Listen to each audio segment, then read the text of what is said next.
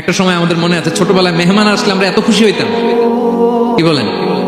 মেহমানের কাছে যাইতাম, সূরা শোনাইতাম, কবিতা শোনাতাম, এটা খেলতাম, ওটা করতাম, যাওয়ার সময় আমাদেরকে টাকা দিয়ে যেত, হায় রে খুশি। এখন দেখবেন টেনে হিসেবে মেহমানের সামনে আনা যায় না। এরকম আছে না নাই?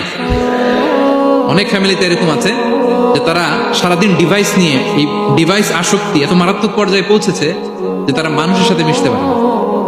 এই পাবলিক ওরিয়েন্টেশনটা অনেকের নাই, পিপল ওরিয়েন্টেশন নাই।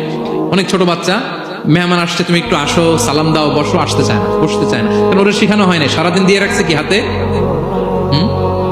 মোবাইল। যেন ছোটবেলা থেকে আমরা যেন সামাজিক বানাই, বাচ্চাকে যেন শেখাই, বাবা মুরব্বীকে দেখলে সালাম দিতে হবে, কি করতে হবে ওরা শিখাবেন। অনেক সময় ছোট বাচ্চারা না বুঝে দারোয়ানের সাথে খারাপ আচরণ করে, ঘরের কাজের বুয়ার সাথে খারাপ আচরণ করে, ড্রাইভারকে বকা দেয়, আছে না নাই? ভদ্রতা, ডিসেন্ট ম্যানার